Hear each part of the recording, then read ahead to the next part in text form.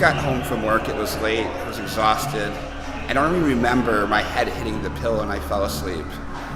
About 2 hours later, it was 1 o'clock in the morning, and I woke up. I thought there was something wrong with my eyes because I couldn't even see the ceiling. As I started to wake up, I felt it was so hot in my house. I realized quickly that it was a fire, and I ran out of my bedroom. I saw the flames coming up from the back staircase, and all I knew to do was to run out that front door. During a fire, everyone says, get down low.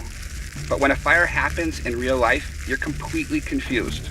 All I knew was I had to run out the door and get help. My dog was crying, and I grabbed him and headed to the front door. For some reason it was stuck, so I rammed it over and broke it off its hinges. I lived in that house in Chicago for 9 years, and everything changed overnight. I had no idea where I would live or what I was going to do. I didn't have clothes or even my medicine. Everything changed. People say they're only material things. You're okay. But those aren't the right words to say.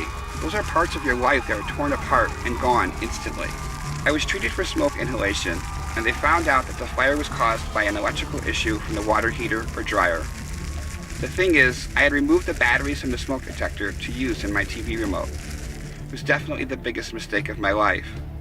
If the smoke detector had gone off, it would have been a much smaller fire when I woke up, and I would still be living in that house today.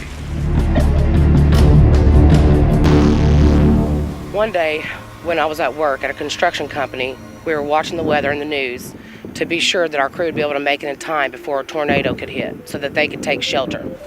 Then, all of a sudden, the tornado started to turn for Moore, Oklahoma, where I live. My husband worked overnight, so he was asleep, and the phone kept disconnecting. My son was at school, which was across the street from our house.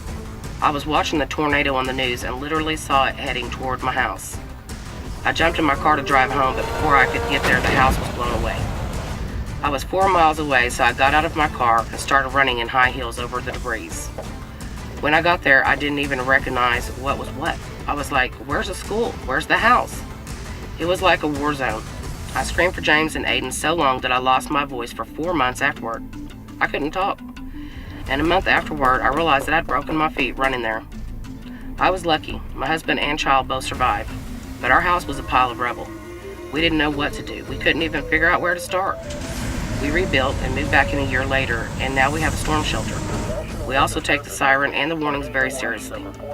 We act before we hear it because we watch the news now, and even if it says anything about bad weather, we're like, let's get in the storm shelter because we don't want to wait. I don't think you can understand the concept of having everything ripped apart, literally everything ripped apart. It's the most shocking and depressing thing. You don't even breathe right for quite some time.